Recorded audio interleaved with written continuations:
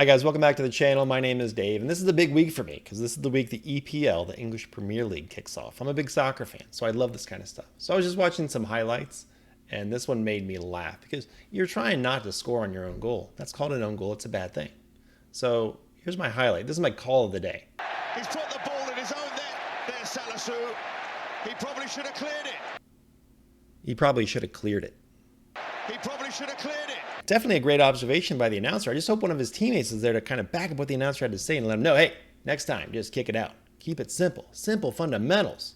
You're going to wonder, how I was going to tie this back into investing? Well, simple fundamentals can take us a long way. So that's why about once a quarter I like to talk about M1 Finance. I think this is a great app for investing. Whether you're new or old or young, just getting started, whatever it might be, it's a great way to get started. So I have 2 accounts. I like it so much. And it's universally good, like sweet chili sauce. Now my first account is a simple 3-fund portfolio. It's the Bogleheads portfolio. It's very popular. And I started this at the beginning of the year. Put $1,000 in and I put $100 in every Thursday since. So I want to kind of show you how it's performing. But that was probably the worst time to invest in the last couple of years. But you know, that brings me to something. Let's start a list here. I'm going to use my pen. Things you're never going to get me to say. It's a bad time to start investing in the stock market. I will never, ever say that, right? Get started now. And it is a list, so I need a second one. So the second one's going to be, she's saggy in all the right places. You'll never get me to say that. Why would I ever say that? Now, maybe if I'm talking about my Sharpay, but I don't have a Sharpay. So probably okay.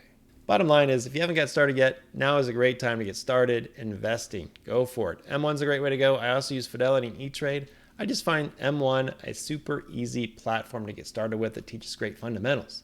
So that's what I want to show you with this 3-fund portfolio, because it demonstrates 2 concepts really well and keeps it really simple for people that just want to kind of set it and forget it.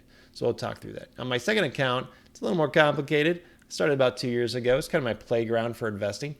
I also call it my spike protein account. I'll explain all that and more. So anyway, if this is what you're looking for, please stick around. Whoop.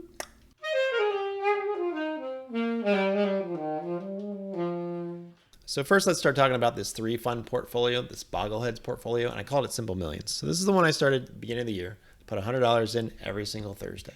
And we can see that we've lost a little bit of money. But before we jump into that, let's talk about reasons why I like M1 in the first place, because I don't think I covered that. But I think it's, like I said, it's as good as sweet chili sauce, I swear. But I've got a few reasons why I say that. So the first thing is it teaches great fundamentals. So if you're a new investor or an old investor, this whole idea of this pie concept and rebalancing your portfolio really simply, right? So too often we get really complicated with things when it comes to investing, and we look for, miracles. But this simply does what it does, and it does it really well. So, keep it simple, stupid. And that allows you to focus on a few fundamentals, and we'll discuss those here in a minute, that really will improve your chances of success. My next reason is M1 won't get you lost in the weeds. If you go to Fidelity or something else, right, you're going to look at everything you can possibly do with investing. With this, you're just going to focus on buying and holding stocks and ETFs. That's what it does. That's all it does. There's no option trading, and there's even limited trading windows, right? And you might think, well, that's holding me back. But really, it does not, right? This is going to stop you from jumping in and out of stocks or trying to do day trading when you shouldn't be, right? So those 2 reasons combined with the third, which is it handles DRIP really well. So if you're a new investor, you might not have heard of DRIP, but that's dividend reinvestment. So with Fidelity, E-Trade, things like that, if I got a Verizon dividend, for example, it's going to put it right back into Verizon. So I always turn that off in those accounts, and I receive the dividend, and then I decide where it's going to go when I have that money and I'm ready to invest it. But with Simple Millions, if you turn DRIP on in your account, it's going to pay that dividend. It's going to put it back into the piece of pie that needs it the most. So like Intel just had really bad earnings, and Alibaba's gotten beaten up.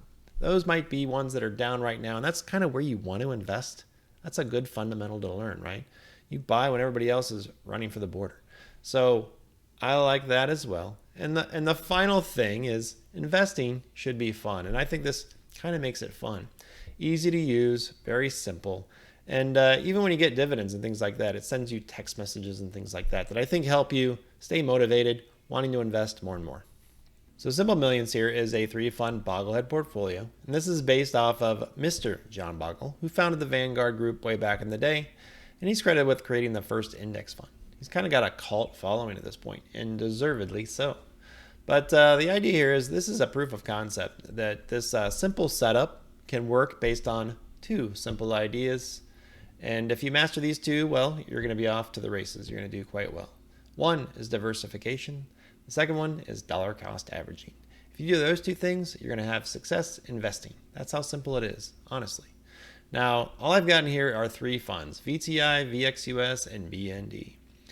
VTI is the Vanguard Total Stock Market ETF. It's got everything in the US that you could possibly imagine. 4,100 different stocks are in this right here.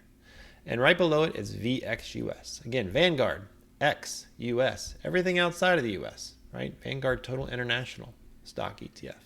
This one's got 7,877 holdings. So that gives you, between these two, 11,977 holdings. So that's pretty diverse. So this more than covers the diversification. Then by setting up auto investing, putting $100 in every single week, I'm dollar cost averaging. So over time, my portfolio will continue to increase in value by the money that I put in. And if the stock market pulls back, well, that's great because I get to buy more at a lower value. That's how this thing works. Dollar cost averaging is magic. We should call it baller cost averaging. It's that cool. All right. So that's my point. But you may say that this is not working just by at this first glance and saying, oh, look, you're down 6.2%. But the S&P index is down 14% year to date. So I'm defeating that by dollar cost averaging. Baller cost averaging.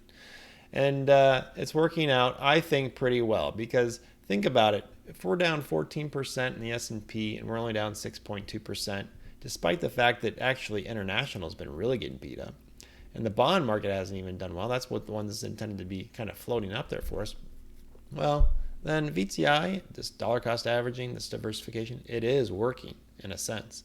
And eventually, this is going to turn to a positive number. I have no doubt about that. But you can see the actual target percentages and how I set this up. So again, I'll share this down below so you can kind of click in if you want to use something like this. But you can find this all over the internet if you have any questions about this three-fund portfolio. And here is my second portfolio. And this one's called the Dividend Pie. But as I said, I think I might officially change it to the Spiked Protein Pie. Because the way this kind of developed is I bought some ETFs. If you think of that as the core, if you think of like the individual stocks that I've picked as the spikes, in my head, it's a spiked protein. But we'll see how it does here. Now, it's at $129,000 right now. I think 3 or 4 months ago, it was up to about $140,000. Maybe right about, yep, there it is, about $141,000. So you can kind of see it's kind of been beat up. But if you go back over the last couple of years, I'm still up 21.8% overall. Market gain of about $8,700 and some earned dividends too. So there is a focus a little bit here on dividends. I'm not going to deny that. So that's that portfolio. I'll show you also what's in here, but just understand, you can go down, click below, and kind of play around with this. You can see what I've invested in. It's a lot of blue chips. There are some goofy things in here. I said before, this is a little bit of contrarian to what I own in my Fidelity and E-Trade accounts, but that's not necessarily true. There's still a lot of overlap. Still lots of great stocks in here, in my opinion. But things that you won't find in my other account are Crown Castle and Welltower. Those are my largest holdings. But then right behind it, you start seeing things like VOO, which I often talk about. If you just want to buy and hold one great ETF, I'd probably pick VOO. You got Royal Bank of Canada, JEPI, which I recently did a video on. I've been adding that into this portfolio. I think it's kind of a cute idea that I get a dividend every single month, that I can get that up to a certain value and have it just kind of reinvest into something else. So I've talked about that before. I make that piece of pie really, really small, so it's not going to go back into JEPI, but it's going to go into some other blue chips or some of these other ETFs as we go through this. VYM, another great ETF that I like. General Mills, Schwab, VTI. Again, I'll share this down below so you can kind of peruse through it, but I'll go down here and scan real quick, and you can kind of see a lot of these are great. Stocks people know about: IBM, Bristol Myers, CVS, Waste Management. Nothing too crazy. I've got some China ETFs as well. Let's see how those are doing. Not so hot. Public Storage, Pfizer, Johnson & Johnson. So things that I would hold in any account. Procter & Gamble, one of my largest holdings that I have personally between all my accounts. If you're curious about what my number one is, it's Google at this time, or Goog, this one right here, across all my accounts. Dow, AMD, Exxon, so forth and so on. And as you get down here toward the bottom ones, you get some goofy ones like NGG and NUSI and ET. A lot of these things are goofballs. But playing around with it a little bit, I don't have too much in them. You can kind of see 170, a couple $100 in each one of these. Actually, values over here. I should be reading it over here. So ADC Agree Realty Corp, about $1,000. Down at the bottom, $10. All the all-important black shares. PayPal, Visa, Citigroup. Some smaller players down here. So that's how I set it up. Again, I'll share this information. If you have any questions on it, please ask down below. So I like to do these reviews of my 2M1 accounts about once every quarter. I like to put this information out for people to kind of peruse and pick apart. You don't have to do it like I do it, but those portfolios will be linked down below so you can check them out. Kick out what you don't like, keep what you do. You know, it's really up to you. Part of investing should be fun. You should kind of experiment and play around with it. It is money, I get it, but by having some fun, you're going to learn a lot better, in my personal opinion. Now, I have an affiliate link down below if you like what you saw. You can use that. You put $100 in, they give you $10, but only do it if you need it. I do it because, and I promote it because I like M1 and the way it is all set up, and I like to goof around on this channel. Hope you don't take anything that I say too seriously. But if you have any questions on any of this, I'm happy to answer them. Just ask me down below or email me. Now, have a great night. Really appreciate you watching, and we'll see you next time. Take care. Whoop.